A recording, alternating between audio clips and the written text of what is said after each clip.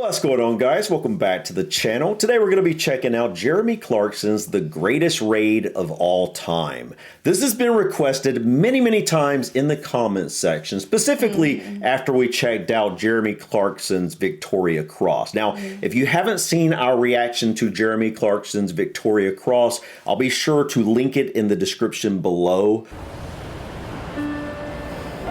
A couple of years ago, I made a TV program about my father-in-law who won a Victoria Cross at Arnhem. And since then, I've been on the hunt for a follow-up, another nugget of incredible heroism in the face of impossible odds. Of course, most war stories are well known, well documented, and well celebrated. The Battle of Britain, Rorke's Drift, and so on. But one day, while trolling through a second-hand bookshop, I came across a story that's hardly known or celebrated at all. It's the story of an amazing battle, a battle where more VCs were earned more quickly than any other action in the Second World War. Okay, so far right off the bat, I think it's accurate to say that, yes, you should probably see Victoria's Cross first because he obviously just mentioned a spoiler. And obviously, he is tying this in with the Victoria Cross so far. It's a story full of ingenuity, pluck, and genuine courage. It had the lot. Having read it, I decided to do some digging. And it turned out that while very few people in the outside world know anything about this extraordinary battle, they certainly do in military circles. And they call it the greatest raid of all.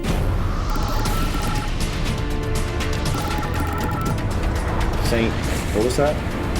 The attack on St Nazaire. Nazaire. In 1941, the Battle of Britain was won, but the Battle of the Atlantic was still raging, and we were losing. German U-boats were running amok among the convoys bringing supplies from America.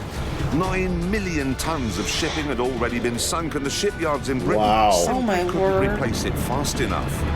Britain was beginning to starve. Just a little side note. I'm glad we watched the Royal Navy aircraft video before this one because it gives me a little better understanding of what life might have been like on a crew like that, you know. Probably much different than... Yeah, I know, but I'm just saying, like... A little bit, right? I had no clue before that. Right, so, right, yeah. a little bit. I would like to look at what life is like when you're down in a submarine. Oh, gosh. You know, that would be very interesting. Oh. If you have any suggestions, please let us know in the comments. If you have any ideas of where we could look at for something like that. That'd be really, really cool. Is this real footage? That's what I was thinking. Surely not. Winston Churchill said in his diaries, the only thing that truly frightened me in the war was the U-boat peril. Said he was even more anxious about the Battle of the Atlantic than he was about the Battle of Britain.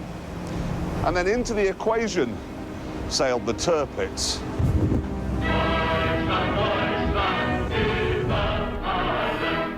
Tirpitz was the fastest and most modern battleship in the war. Even though her armor was a foot thick, she could thunder along at 30 knots. And with 8 15-inch guns, she packed a huge punch. Oh, wow. That is huge. I can't tell what it is to scale. It just looks massive. Look at the mountain behind it. Yeah, I know. It looks massive. Yeah. But I don't really know how fast boats normally go, so I don't know. 30 knots seems pretty fast. It seems fast. It seems fast off the top of my head, but like I don't really know like what would be considered fast today. Yeah. Certainly, the Royal Navy had very little in its arsenal to take on a ship of this magnitude. And that was a nightmare for the people who worked here in Churchill's war rooms. Each of these dots on this map represents a convoy movement. If Tirpitz got among them beyond the range of the Royal Air Force, we would almost certainly lose the war. Wow. It was that simple. That's crazy. There was, however, a drawback to Tirpitz's size.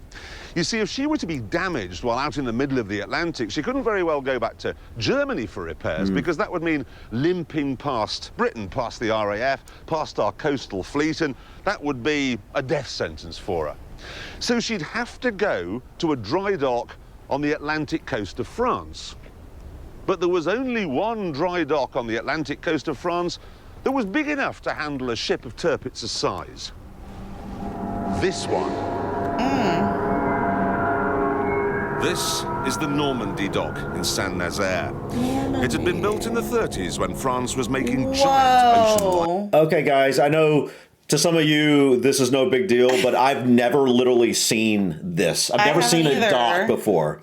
I haven't. And I just can't even imagine. Well, he said a dry dock, right? Right. So, like, they open maybe the gate and let water in, and the boat can come in, That's and then what I was they, like, thinking. drain it or something? That's what I'm thinking, but I honestly don't know. But, like, this is, look how small he is.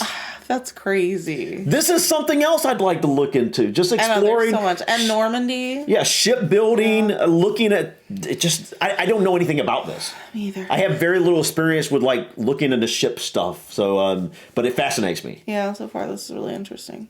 And now, to make sure the Tirpitz could never have a home on the Atlantic seaboard, it had to be destroyed.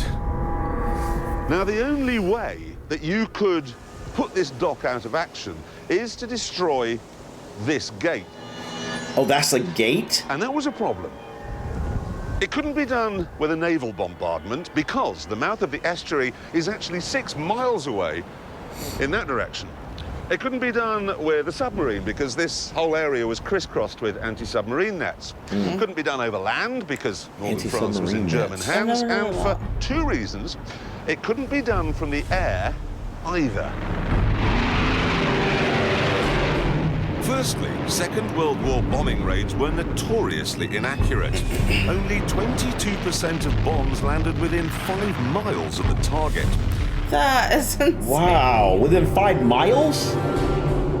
22%. So a ton of bombs got wasted. Yeah.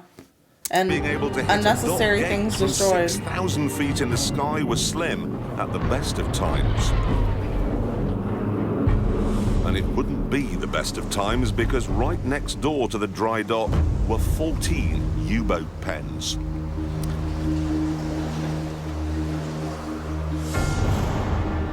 These were some of the most precious facilities in the German armory, and to protect them, the St Nazaire area bristled with 80 anti-aircraft guns and artillery pieces. Man, those things are huge. And in the town itself, there were 5,000 troops. So they had occupied France at this point. Destroying the dock then using conventional forces, the army, the air force, the navy, out of the question. So the job was given to a group of men who really had only just been put together. The Commandos. Oh!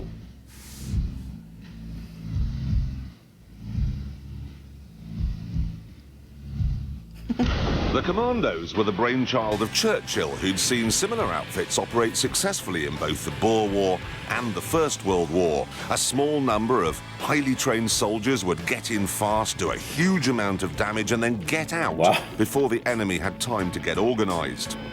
Churchill liked this. He called it the butcher and bolt approach. Butcher and bolt. So what kind of men were they? Butcher and bolt. That makes sense. Well, if popular myth is anything to go by, they were lantern-jawed killing machines who could headbutt their way through oak doors. The reality, though, was rather different. Gerard Brett in my regiment was in my commando, 12th Commando, and he'd written a book on the Byzantine age or Byzantine architecture or something. One fellow who got a divinity degree from Trinity College, Dublin. Lance Corporal Potts had been a don at either Oxford or Cambridge. They included a poacher, a TT, motorcycle rider, so a mixed bag. What's a TT?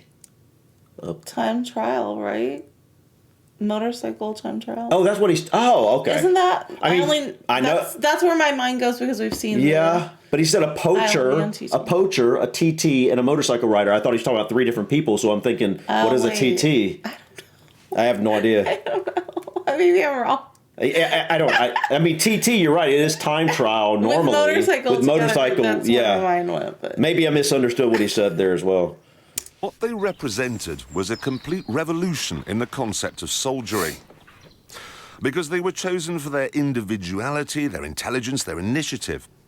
And nobody embodied that ethos more than this man, Mickey Byrne. I've got his autobiography here, and what a life. He had a privileged upbringing, Winchester, Oxford, and then he met Guy Burgess, the chap who went on to become a Soviet spy, and they became lovers. Mickey, though, became a Nazi sympathiser, went to Germany, met Hitler, got a signed copy of Mein Kampf, and was one of the very first people to be shown around Dachau, the concentration camp.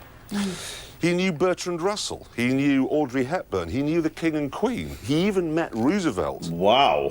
He really was a Telegraph obituary writer's wet dream. But all things considered, not the sort of man you'd expect to find in a Commandos green beret. By the start of the war, however, Mickey had seen the Nazi threat for what it really was, and had found something else to suit his maverick streak. The Commandos. People were left to make up their own minds.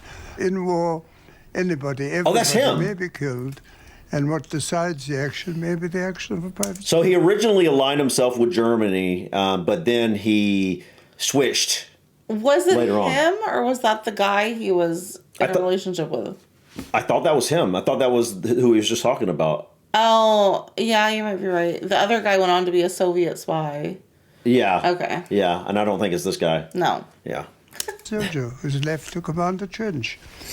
It wasn't put like that, but the feeling we were given that every single one of us might be as important as a brigadier. We were all individuals, you know. Discipline did matter, of course, but I wouldn't have said it was absolutely first.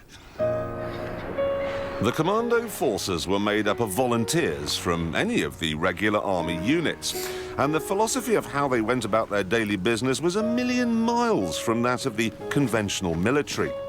For a start, they didn't bother with barracks or regimental headquarters because the commandos didn't want to waste training time on mundane chores such as cleaning or maintenance. Wow. Instead, they simply got digs in a nearby town. And there was no sergeant major on hand to tell them what to do every minute of the day. Well, that's different. Instead of saying parade tomorrow on the main square in Weymouth, it might be parade tomorrow at 10 o'clock on these in the marketplace at Dorchester, and find your own bloody way there, you know.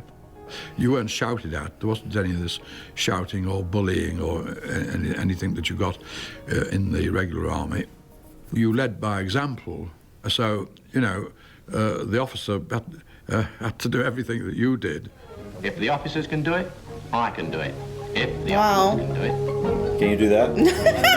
Bring one back. Unfortunately, though, the British Army top brass were a deeply conservative bunch, and they really didn't like the new commando philosophy. Wow. Oh my They were doing their best to get goodness. us disbanded. They hated us, some of them. We were a nuisance. They were probably jealous. Because our standards were so high, we cleaned off the best of the people in the regiments. And in fact, a lot of COs refused to allow people to volunteer. This resistance by the regular army certainly got Churchill's back up. What I have here is a letter he wrote to the Secretary of State for War. And he says, I hear that the whole position of the commandos is being questioned. They've been told no more recruiting and that their future is in the melting pot. Says he feels very strongly about this. Says the defeat of France by Germany was accomplished by an incredibly small number of highly equipped elite, while the dull mass of the German army came on behind. And then here, for every reason, therefore, we must develop the commando idea. Pretty clear cut. As 1941 drew to a close, Japan joined the war, and the Royal Navy had to send a fleet to the Far East. so there was even less to hold the Tirpitz at bay. What's more, we were losing the Battle of the Atlantic. We were losing in North Africa, and London was in ruins. So if Churchill's commandos really could smash up St Nazaire, it might give a sense back home that Britain wasn't finished just yet. You know, that's something we've never really looked into, is what it was like really at home in Britain during the war. Yeah. You know, we've looked at bits and pieces about Britain's involvement, but we've never really seen what it was like. What life was like, yeah. Right. I mean, we've got bits and pieces of it, but not really. You know, like the rationing and all. Yeah, like we know these things existed, but we haven't really looked at what it was really like. It's something we need to do sometime.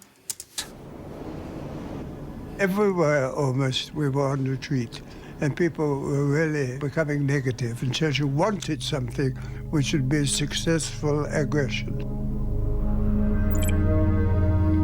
Is that dry dock?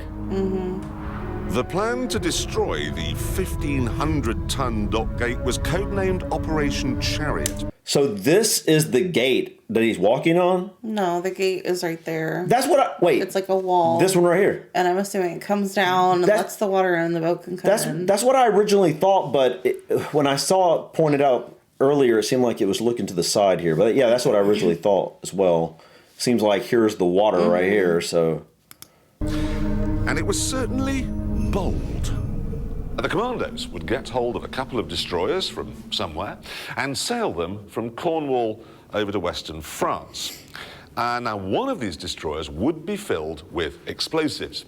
And while the RAF distracted the Germans with a bombing raid over St Nazaire, they would somehow sneak it up the estuary without being seen by anyone in the gun emplacements here, here, here, here, here. Wow. Here, here, How? here, and here. That'd be scary. Or by anyone with a searchlight here, here, here, and How? here. And then, to see what happens next, we have to turn to the actual model built to plan the raid. The destroyer, with the explosives in it, would ram the dock gates here, and the Commandos would jump off, and right underneath all the guns positioned to protect the U-boat pens here, they'd run around, shooting anything that moved and blowing up anything that didn't. Then, after the destroyer exploded, destroying the lock gate, they'd all meet here at this not at all exposed jetty and get back on the second destroyer, which somehow wouldn't have been blown to pieces while it was hanging around in the estuary for a couple of hours waiting for them to finish. Oh my goodness. It would then sail back down the estuary, past all the guns, and go home. Seems pretty well impossible. What? Yeah, I don't even understand how that's possible. That's insane. I mean, it seems like you got to have a little luck on your side for that to actually happen. Wow. Right.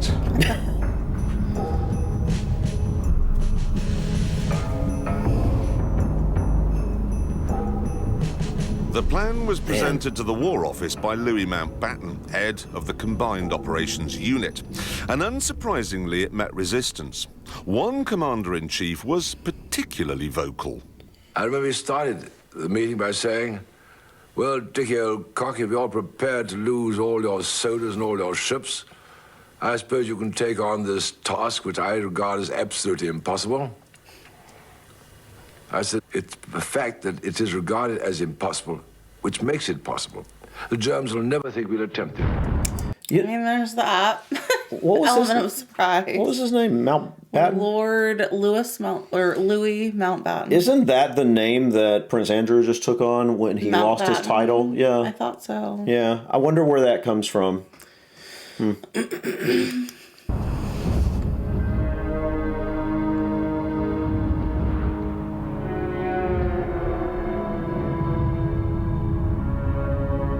Mountbatten's enthusiasm certainly didn't rub off on the RAF. You can see here in these Operation Chariot minutes that the powers that be requested a force of about 100 aircraft for the diversionary bombing raid. What is this in area? 3 waves. But on the back, archive room. Vice Marshal Sawnby says, I don't agree that such a heavy scale of attack is needed, we want about 20 Whitleys, which are bombers, hanging around overhead, dropping an occasional bomb. And he's backed up by one of his advisors, this chap called Willits, who really says that Operation Chariot can whistle for their 100 bombers. He says Bomber Command can provide no more than 35 aircraft without prejudicing their other commitments. You might have thought the Navy would be keen, especially since the operation was designed to neutralise the Tirpitz. But no. The Commander-in-Chief here from Plymouth Command writes, the plan entails the sacrifice of the landing party and endangers 2 valuable ships for a small chance of success. He actually says negligible chance here. And there's another guy writing here who says, I'm not hopeful as regards the result of the impact between the destroyer and the lock gates. I think the lock gates will remain partially intact and the destroyer will look silly. If that happens, much of the proposed plan fails. Eventually, though, the Navy did find one boat. It was called HMS Campbelltown, a clapped-out American World War I destroyer that was on loan to the British. She was not ideal for the job, known for her poor slow-speed manoeuvrability and her large turning circle. But these drawbacks didn't dampen the spirits of the Commandos. I thought we would get away with it. That I would be wounded romantically and a beautiful nurse would look after me in hospital. I was very young. You're doing all this heavy training and nothing's happening, so very frustrated. So I think when we were finally briefed on the model, I mean, we thought, well, hell, this is going to be something. We had been trained both in the dark, blindfolded in the day, in every form of demolition to do with dock demolitions, trains and anything. So when we heard that we were going to blow up the dock installations at St Nazaire, I suppose really it was a feeling of elation. At this stage, people were saying, well, what do you think? To me, you see. And I said, it's going to be a piece of cake. We're going to go in there and knock them for 6, because that reflected the optimistic attitude. Spirit. We were going to go in there, blow up this bloody dock, and we'll be out. We had volunteered, after all, for danger. And there did seem an off chance that it was impossible, and therefore it would succeed. And therefore it would succeed. I like their optimism. Yeah. As the Commandos prepared on land, the Navy set about the Campbelltown. The old tub would have to sneak past 80 gun emplacements on its way up the St Nazaire estuary, so it had to be disguised, and they only had 12 days to do the work. In the end, they removed 2 funnels and sloped the other 2 backwards, so at a glance it looked a bit like a German destroyer. Oh. And then there was the problem of turning it into a time bomb. This job was given to a brilliant young naval officer called Lieutenant Nigel Tibbets. He was a shy chap with a stammer who, when his girlfriend announced that she'd become fond of him, replied, well, then I suppose we shall have to get married. However, while he was not desperately confident with women, he was a whiz with explosives, one of the best students the Dartmouth Naval College had ever seen. But even he faced difficulties with how you turn a whole ship into a bomb. Oh my goodness. The first problem he had was deciding where in the ship to place the explosives. Because you see, if you can imagine, this is the gate to the dock and this is the ship. What's going to happen after it hits? I mean, is it just going to end up here, in which case you want the bomb in the front? Or is it going to rear up, in which case you want the bomb sort of in the middle, toward the bottom? I suppose theoretically it would be possible, if the ship were going fast enough, for it to actually ride right over the top of the gate and put it end back up in the dock itself. I mean, who knew? Oh, that is interesting. Well, how are the guys going to get back? Tibbet struggled with this until the he boat's decided full. on a spot 40 feet back from the prow, low down, next to the keel. Then he had to work out how to set the explosives off. Back then, there was no accurate timing device, so he had to use fuses, like this. Oh, my word. The idea is that you squeeze the top part here, which breaks a glass capsule on the inside, releasing acid that then slowly burns through a strip of wire. Now, when that snaps, it releases a spring which boings out, setting off the detonator. Wow. Now, this was very advanced in 1942, but there were a couple of problems. First of all, it was very susceptible to jolts and shock. You wouldn't, for instance, want to ram some lock gates at 25 miles an hour with one of these on board, because it might go off instantly, oh, my word, killing everyone. It was also very vague. The strength of the acid varied from fuse to fuse, the strength of the wire varied, the tension of the spring varied. Tibbets couldn't say to within an hour when the bomb might actually go off. Gosh. Choosing what explosive to use, however, was fairly straightforward. He went for amatol, and to show how big a bang that produces, we've placed a pound of something similar between the front seats of this car. Have you heard of amatol? Mm-mm. Never heard of it. I'm not an explosives expert, no, though. Me neither. 2, 1, firing. Oh, my goodness. That was a pound. Tibbets was going to use 4 1/4 tons. Oh! Still, even if the explosives and the fuses could be trusted to work. Hold up, 4 1/4 tons. So that would be 2,500. I mean, 8,500 pounds. Oh my god. 8,500 times that? Oh! You better hope it don't go off early. Oh my, yeah. Yeah, and it's like a little jolt might cause it to go off early. Everybody's trusting this guy. Yeah, Please, wow. God. Please, God. That's crazy. And even if they could get across to France without being detected and up the estuary without being blown to smithereens, and even if the Campbelltown could hit the lock gates exactly right and the Commandos could get off and do whatever it is they had to do, they still had a problem. How do they get home again? Yeah, that's what I was wondering. Because the Navy wouldn't provide a second destroyer, they were instead given 16 of these. 16? Today, this Fairmile ML is a tourist boat taking trippers around Tor Bay, and certainly it's better suited to this than it ever was for Operation Chariot. Oh my goodness. They're made of Bakelite bonded plywood. Seems very slow. It was a cheap, mass production boat designed primarily to make the Navy look bigger than it really was. May God speed all who sail in her. It certainly wasn't particularly good in the open sea. It tended to roll badly in a swell, which made everyone on board queasy. It's not so bad if it was only used to bring the soldiers home, but this little fleet would also be used to get half the Commandos out to St Nazaire as well. Oh, no. Oh, man. Yeah, that would be a rough ride. Yeah. Oh, man. I've rode on some rough boats before, but that looks like that is... Wow. 15 Commandos wedged down here with all their kit. And when they got to the other end, they'd be expected to get out and start fighting immediately.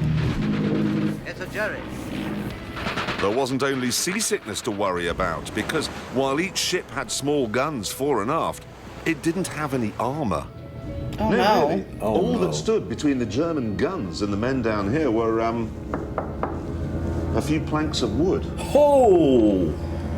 Yikes. And to make matters worse, each boat was fitted with 2 500-gallon long-range fuel tanks, which were completely exposed on the deck. Campbelltown was a bomb on purpose. These things, they were bombs by accident. Honestly, it's hard to think of any vessel less well-suited to the job in hand. That's what they're supposed to escape on? Yeah. Well, and some of them are getting there on that too, I think. Oh, wow. Because you got to drive them there. But my goodness. Oh, man. These guys were incredibly brave and maybe a little bit crazy. A little bit, yeah. But they had a mission. Yeah. And they were optimistic. And they were ready to do it. Remember, they were excited for it. Were hard men, good fighters. But they'd been picked for their intelligence as well, so they must have known that the chances of getting to St Nazaire were small. The chances of doing the job were microscopic, and the chances of them getting home again on a wooden boat, groaning so many under different the weight steps of exposed fuel to get tanks past. past an alerted enemy were virtually non-existent. They must have known that Operation Chariot, for the vast majority, was going to be a one-way ticket. We were all of us told if we wanted to leave a letter for our next of kin or our loved ones, you could do so. And you wrote on the envelope to be posted in the event of my having to return. And there was one, Sergeant Bill Gibson, who I knew them all very well indeed. And I remember seeing his face, and I knew he was going to be killed. My dearest Dad, by the time you get this, I shall be one of the many who have sacrificed their unimportant lives for what little ideals we may have. I can only hope that by laying down my life, the generations to come might in some way remember us and benefit by what we've done. At a time like this, I turn to you, Dad, and God. I hope there will be peace for everyone soon. My love to everyone. I'll remember you. Your loving son, Bill. Wow. Somehow Can you imagine? It's unlucky to write your last letter to your parents. No, my attitude was I'm coming back. Two of men came to me and said, would you take these letters home to our wives if we're killed? And I said, but wait a minute, I'm going with you. Oh, you won't be killed, I said. They were both killed. Oh my goodness. The St Nazaire raiders weren't allowed to reveal details of the operation to their loved ones. But for the bomb designer Nigel Tibbett, recently married and the father of a young son, the thought of keeping his wife in the dark was too much. So he told her. And she said afterwards they both sort of knew he wouldn't be coming back.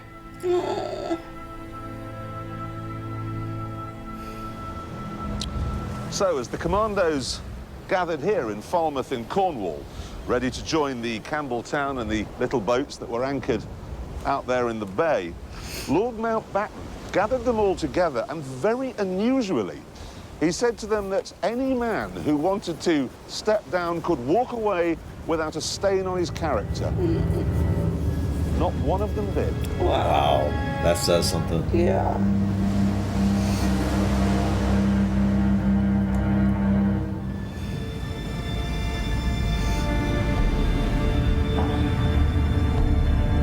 At 2 p.m. on the 26th of March, 1942, the Armada set sail, with 264 commandos and 357 Navy personnel on board. That's a total of 621 men. Wow, I didn't realize it was such a big Only mission. 227 would come back. Only 227, is that what he said? Yeah.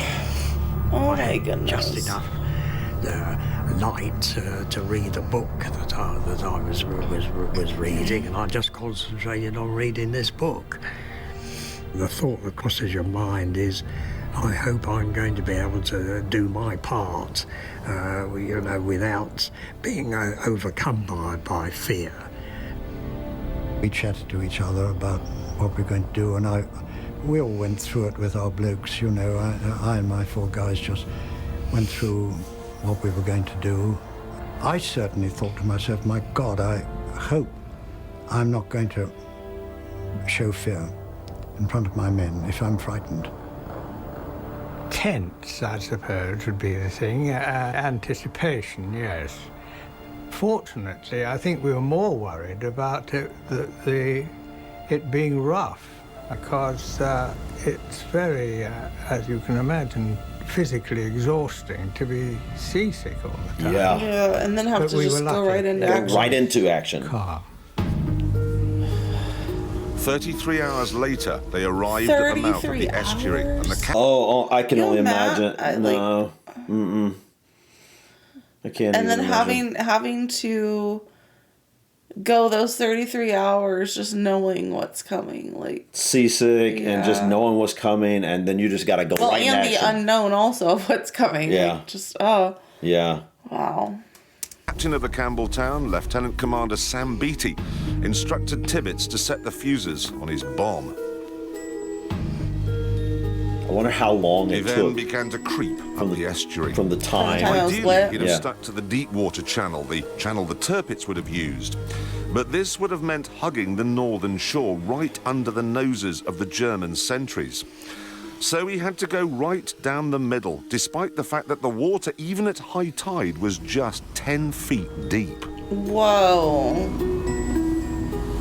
To reduce would the that be, a ship's low tide? draft, much of the heavy armour and the big guns had been removed. So if she did become grounded, she'd be a sitting duck. Man, that'd be We scary. did go across sandbanks a couple of times and dragged a bit going over. But it was so quick that you hadn't got time to think, good God, if I'm marooned here, I'd be shot to pieces.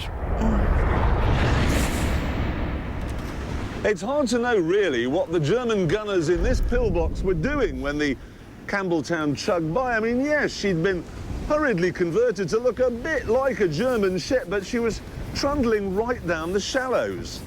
You'd have thought that would have alerted them to the fact something was up, but obviously it didn't, because they didn't open fire. There's the miracle part. And nor did the guns at the next pillbox, or the one after that.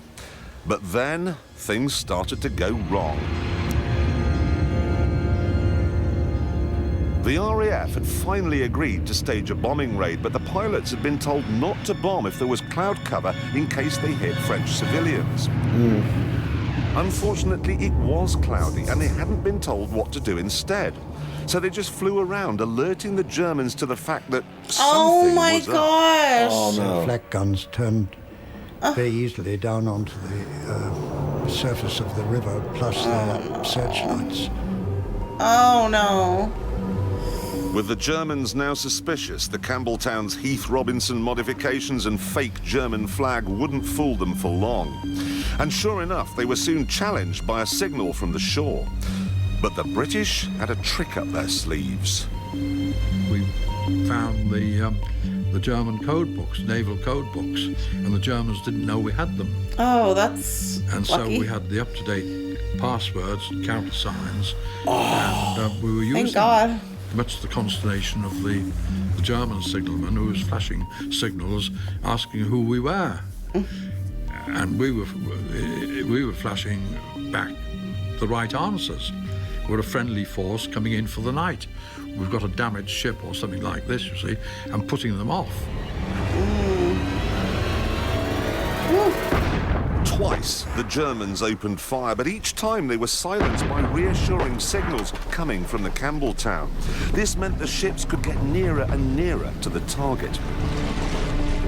Eventually, though, the Germans realised that, yes, unbelievably, it really was a British raiding party sailing right through their front door. They managed to get to this point here, just 2,000 yards from the dock gates, which are kind of just round the headland. Maybe you can see it just over there. And all hell broke loose. Oh my goodness. There was an They awful switched the lot of stuff flag. in Yeah. Campbelltown. I mean, it was absolutely hitting our poor little MLs, but Campbelltown being the big target, you know, and there was a sort of glare of searchlights. Oh my goodness. And knowing you've got all those explosives on board makes it The air even was filled scarier. with things that whistled, hummed and shrieked, and every one of them lethal. The main focus for the German gunners was the bridge of the Campbelltown, where the captain, Beatty, was trying to keep a steady course by calling out steering directions. Dude, imagine driving through that, or sailing through that. His place was taken by another rating who was killed almost immediately. So then a chap called Montgomery, who was a Royal Engineer, took over, and he was standing there thinking, what do I do with this? When suddenly there was a tap on his shoulder, and a voice said, I'll take it, old man. And it was Tibbets, the egghead, the brilliant scientist from Dartmouth, the man who designed the bomb in the bow, found himself at the wheel as the destroyer was on its final charge. Oh my goodness. I remember a red-hot shell passing through the wardroom just over our heads and going on out, didn't explode. If just one shell hit the rudder or the engine, or worse, the bomb in the bow, the mission would be over. But at this point, it wouldn't have mattered because Beatty was lined up on the wrong lighthouse, so he was heading for the wrong target. Oh no! At the last minute, a searchlight picked out the lighthouse over there, the green one, and Beatty realised his mistake. He barked out an order. So Tibbets swung the wheel hard to the right to try and miss the jetty here, and then hard to the left again. And you've got to remember, he's in a ship that doesn't handle, doing 22 knots at night under a hail of enemy fire. And yet, he managed to just graze the jetty there. And he wasn't even the captain, he was just... Oh, wow. Just an extraordinarily brilliant piece of seamanship.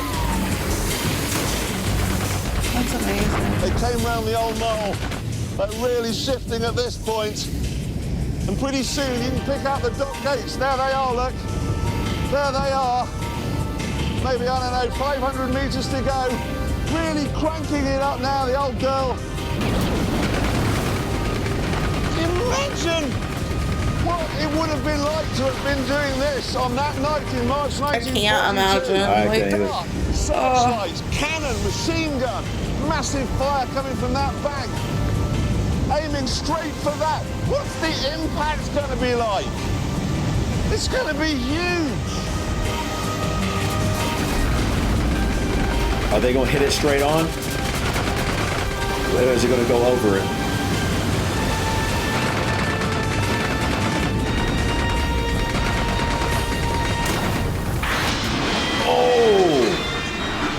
The ship reared up, putting Tibbets's 4-ton bomb right over the gate. And despite the firestorm, Beatty turned to his men and said, well, there we are.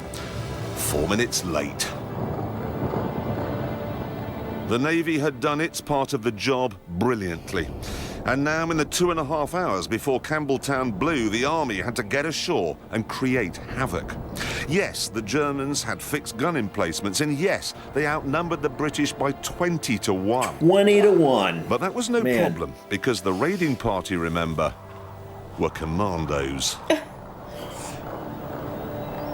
They may have been picked for their intelligence and free thinking, but my God, they were tough.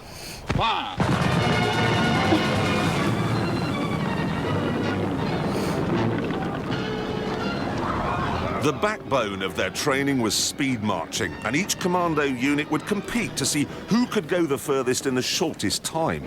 One group went 63 miles in 19 hours. Another marched 53 miles from Harlech to the top of Mount Snowdon and then down again in 17.5 hours. Wow. And remember, they did this while carrying 60-pound packs on their backs. Holy! Determination is the most important thing, even on speed marches, where our great aim was to get the chaps to do 15 miles in full kit in just under 3 hours, finish up on the assault course and firing, and then leisurely go up to the top of Ben Nevis. That would be hard with no pack on. Right. You know, in normal conditions. In normal conditions, but imagine 60 pounds on your back. Wow. Yeah, wow, that is tough. That is tough. It's all part of mentally equipping them to do anything. Not only was commando training tough, but it was also revolutionary. The regular army would stay fit by doing star jumps in PE kit. The commandos trained in harsh terrain in battle dress. They invented the assault course. In fact, their methods were so advanced, they're still used by elite forces today. Oh, we saw that, didn't we? Something similar Gordon to that. Ramsay had to do it. Yeah. A determination, doing things which you thought you couldn't possibly do, like on the Tarzan course, on a rope bridge or the death line. And don't forget, the chaps and commandos weren't super men. They were ordinary chaps from all walks of life, but they were trained well, trained to get the edge. And instead of doing weapons training on rifle ranges, commandos practiced in massive mock battles with live fire. Oh my goodness. All the weapon training was geared to offensive action. A little example, the Bren gun was normally fired on the ground, but why not use it, firing it from the hip? And this was an innovation. And they weren't just revolutionary with guns either. They also learned unarmed combat, stuff no regular soldier had ever even heard of. How to tackle a bloke with your bare hands. Knock him out, spot his prospect. Oh, this reminds me of that. What's to it? Yeah. I forget what it was called, but The Royal Marines, the right? Royal Marines combat training expedition. Exercise or something where they were doing like a. I can't remember what they called it, but yeah, they were doing an exercise like in a front live of exhibition Yeah. with the crowd. Right, Yeah. The key element was getting themselves to convince themselves they could do anything. And you can only do that in the military sense if you train people to urge them on. Yeah, plus being like training in an environment like that makes it to where when you actually get to that environment, The real stakes, you feel like yeah. you've somewhat gone through this before, you know? And overcome their inner fears and give them supreme confidence. Wow.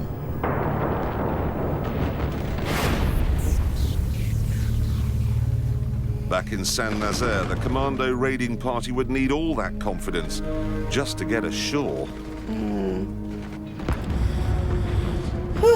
Yeah. We went up on deck and we went to the bows of the ship. Well, the 12-pounder had been hit. There were a lot of dead bodies lying around the place, a lot of blood on the deck, and there was a hole in the deck.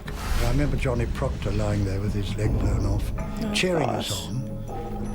When I came up on deck, there was a brilliant flash and a ear-shattering explosion, and Is I that felt him? a blow on That's the what I was knee, wondering. which felt like a sledgehammer, and it knocked me on one side, and I fell to the deck. And I was lying there, and suddenly somebody grasped the rucksack and pulled me on my feet and said, "You all right, lad?" And it was Major Copeland. He said, "Bambo, lad, at port side. Don't hang about here. It's decidedly unhealthy."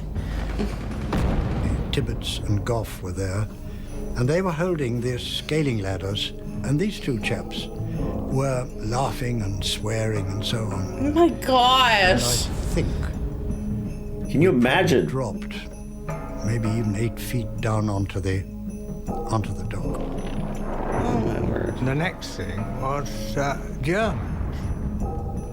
And they said, handy hoch. And I said, handy hoch to you. What does that mean? While Tiger was having a set-to with Jerry, the demolition teams were on their way to their targets. One of the main targets was this underground bunker, because down there, and I'm not absolutely certain how I actually get down there, but anyway, down there are the pumps that were used for emptying all the water out of the dock. Stairs. The job of smashing this place up was given to a team of 4 commandos led by Lieutenant Stuart Chant. Chant, a stockbroker in peacetime, had to place the explosives even though on the way to the pump house he'd been wounded in the left leg, the right arm, and both hands. Oh my gosh. Unfortunately, the explosives had been pre-rigged in England with very short fuses. So, Chant sent his men back up to the surface in relative safety, knowing that when he lit the fuses, he'd have just 90 seconds to climb 7 flights of stairs and find his way through this maze of aerial walkways in the pitch black, because there was With basically no one light down leg, here then, 'cause one was while already injured. pretty badly wounded.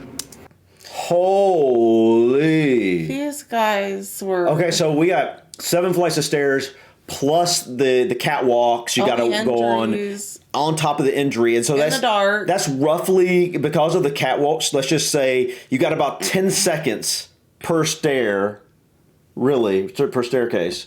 And that's with an injured leg and everything else. Nothing going wrong. And that's in the pitch black. Like, that is hardcore, to say the least. He was a brave man. Brave? More than brave. That's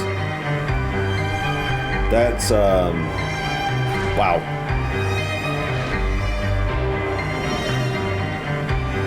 Is Jeremy Clarkson going to try and see how far he can get in 90 seconds? Like, that is a long way to cover in 90 seconds. Made it. What? And the pumping house was gone. Wow. And meanwhile, other teams were having similar successes with the winding houses at both ends of the dock. I went up to my colonel and saluted him and said, "So we've blown up the northern winding house." And he said, "Well done, old boy." So I said, "I'm now ready to go back to England, sir." At 2:30 in the morning, the surviving commandos came here, where they'd arranged to meet the small boats that would take them home. They were pleased as punch with the way things had gone. But the elation was short-lived, because the scene that greeted them out in the estuary was truly horrific. Almost all of the wooden MLs with their exposed fuel tanks had been blown to smithereens. Oh, no. According to witnesses, the whole estuary was on fire. Chaps were drowning, there were pools of burning fuel on the water.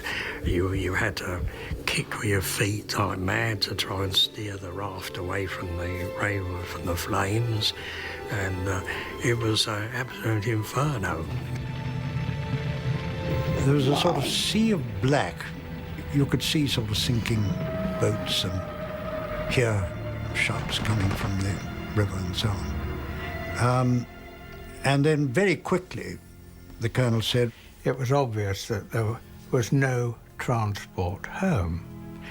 So he said, "Right, we'll fight our way out of the town and we'll split up into small groups and make our way severally across the Spanish border." Oh my gosh, they had to go on foot. So all their escape boats basically are gone, all of them. I was wondering if, like, they were going to have... Because they're sitting ducks. Because originally I was like, is that the main reason that only like a third of them made it back home? But it sounds like that isn't the only thing, obviously. Yeah. But sounds like all the boats are just gone, and so they had to go on foot. I thought that's a bit of a tall order.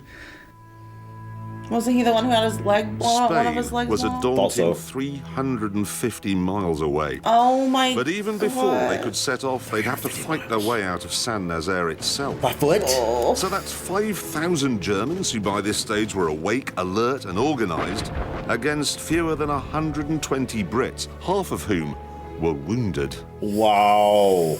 So wait, so that 120? 120? Yeah. And so you've got 60 that aren't wounded. Oh my goodness. Against 5,000.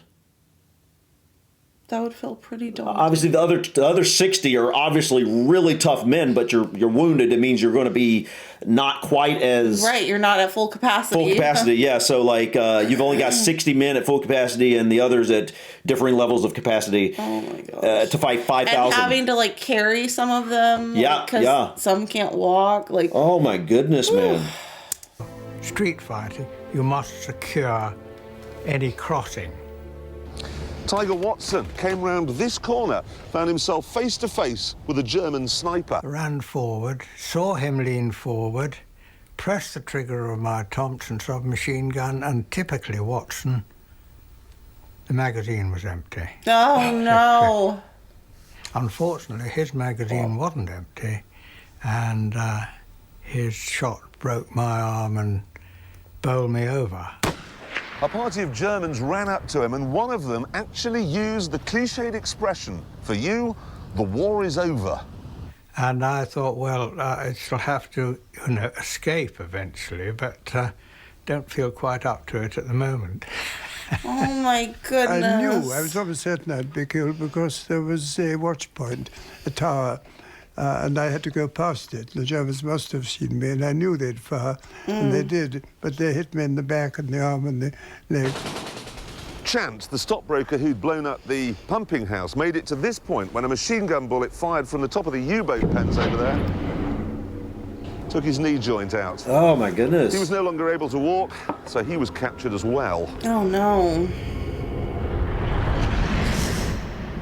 The Commandos realised that they were trapped on an island and that the only way off it and into the town was across this bridge, which was guarded by what must have seemed like half the German army.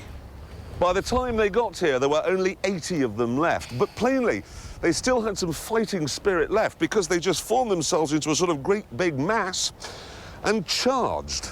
Right now led the assault across the bridge.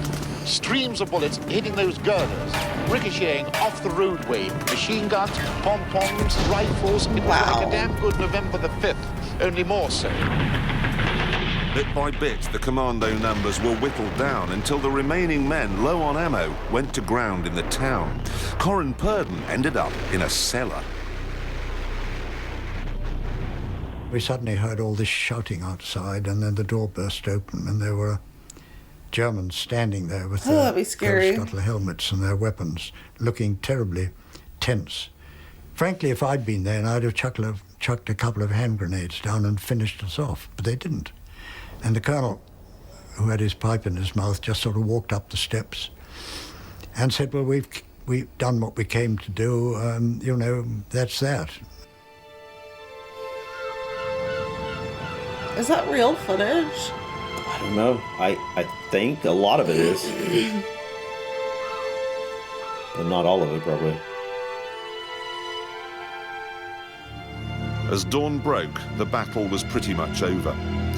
Just 5 of the landing party would eventually make it to Spain and freedom, and 222 would escape the horror on the few remaining wooden boats. Of the 600 or so men who'd come to France the previous evening, 214 had been taken prisoner. Oh my goodness. And 168 were dead. And worse still, it was now 7 a.m., 3 hours after the bomb in Campbelltown's nose was supposed to have gone off. No. After we were washed ashore, we were put in the back of the lorry, driven into the town, and we were in this big room, and the Germans brought in a sailor. They fished out of the river and put him on the table and said, you try and revive him. We tried to get the water out of his lungs, and by this time we were saying to one another, the Campbelltown hasn't gone up. The British could only console themselves that despite the failure, they had at least fought like lions. They were patting us on the back now, the Germans were amazing. Yes, they probably couldn't believe it, that anybody would venture up into a submarine base heavily defended. Some of the stories of bravery were incredible. Out in the estuary, one of the surviving MLs had gone head-to-head with a much more powerful German destroyer. The British gunner, a commando called Sergeant Tom Durran, was asked to surrender on a number of occasions, but even though he'd been shot 16 times, he kept on firing. 16 times. Until he was overcome by the loss of blood and passed out. Oh my goodness. But the story doesn't end there, because the captain of the German destroyer was so impressed by Durrant's bravery that when he landed, he took the trouble to find the most senior British officer and said, look, I don't know who was on that gun on that little ship, but whoever it was should get your Victoria Cross. And he got it. One of 5 awarded as a result of the action that night. So the Commandos had fought well, but all they had to show for it was a destroyed pumping house and 2 damaged winding stations. Even at 10 a.m, the Campbelltown still hadn't exploded. And by this stage, the ship was crawling with German souvenir hunters. There was a real possibility the bomb might be discovered and defused. At one point in the morning, Mickey Byrne was marched along here, right past where the Campbelltown was embedded in the gates, and that called for a remarkable piece of acting. He couldn't look pleased that it was crawling with Germans, he couldn't look quizzical, wondering why the bomb hadn't gone off, and nor could he look afraid that it might go off at that precise moment, blowing him to pieces. Among the prisoners was the Campbelltown's captain, Sam Beattie, who was being held in a nearby hut. I was interrogated by a German who spoke very good English. He discovered that I'd been in Campbelltown, and he was remarking that it was no good ramming a stout gossoon like that with a flimsy ship. At that moment, there was a bang. Holy! Oh, it finally went. The blast wrecked the gate. Thousands of gallons of water roared in, taking what remained of the British ship with it. And the German souvenir hunters?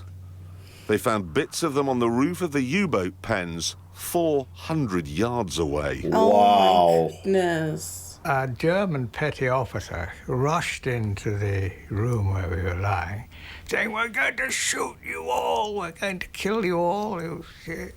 We just were so sort of exhausted and everything else that we were delighted that the explosion had occurred, and just said, "Please don't shout, just get on with it."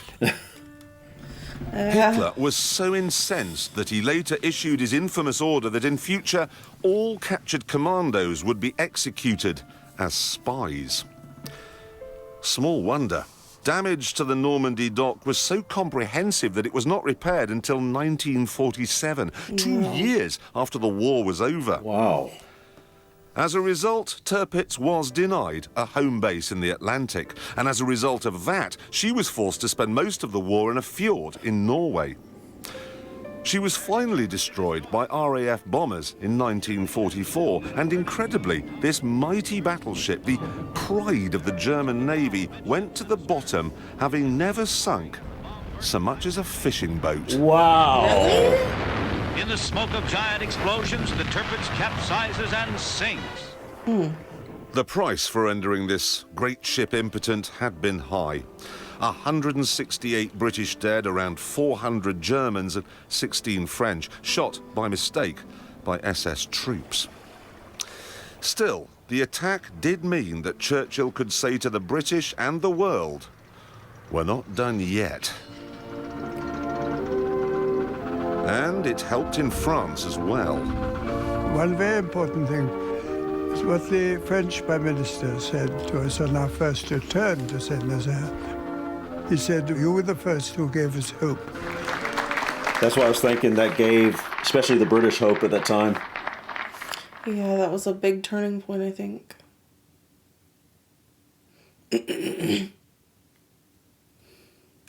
What's going on? I don't know. Oh, there it is.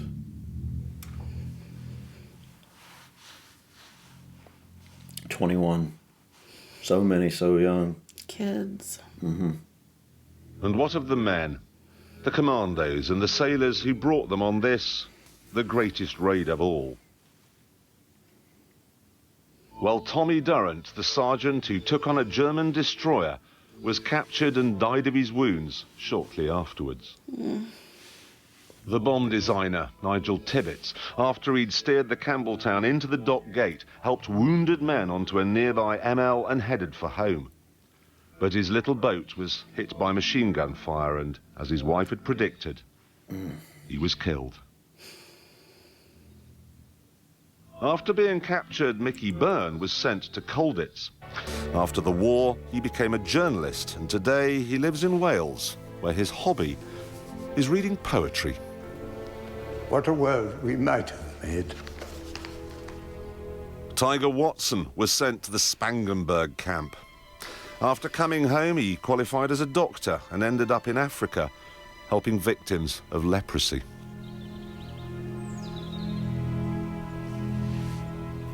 I can't imagine all my senses being so alert. You know, every sense of hearing and looking and your heart pumping. Well, certainly will be the most exciting thing of my life.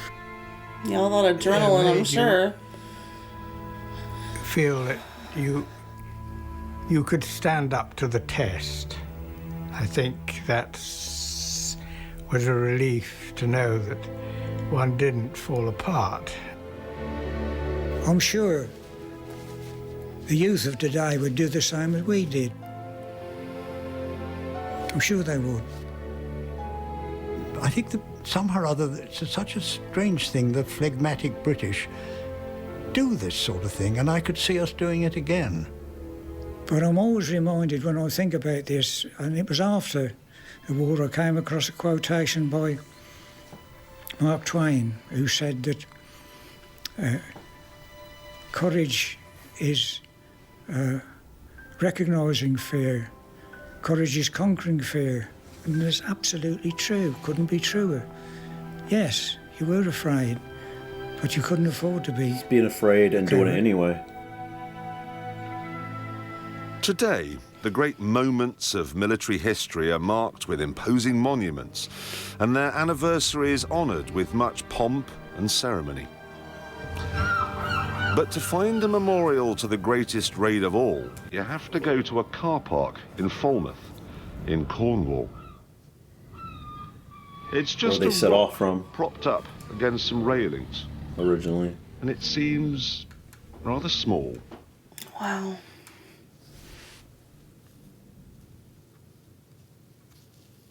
I've always had the feeling that anything that really offers some hope, whether it's international or national or even individual, some idea of your own, and it's impossible, never think so. Try it.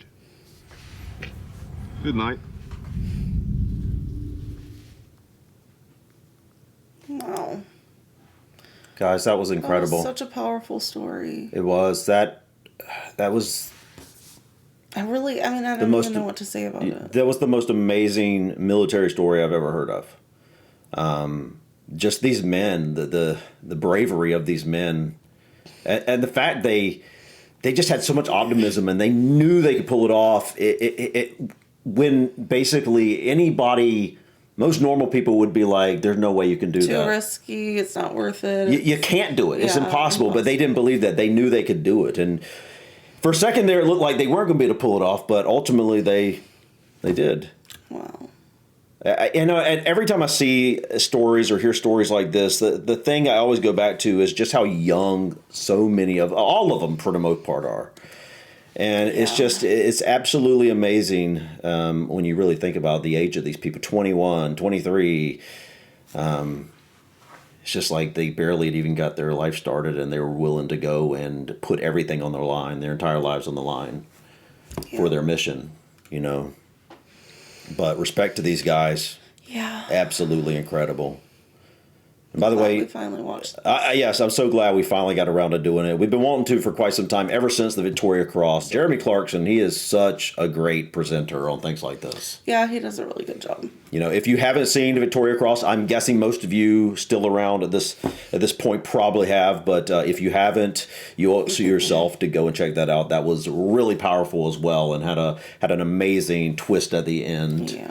I'll put the link for that in the description as well. But guys, awesome. Please let us know in the comments what you think we should check out next. But I think that's it for today. Thank you so much for stopping by. Please click that like button. Feel free to drop your comments or suggestions about this video or others. And don't forget to subscribe to continue to follow us on our journey. Until next time, peace. Bye.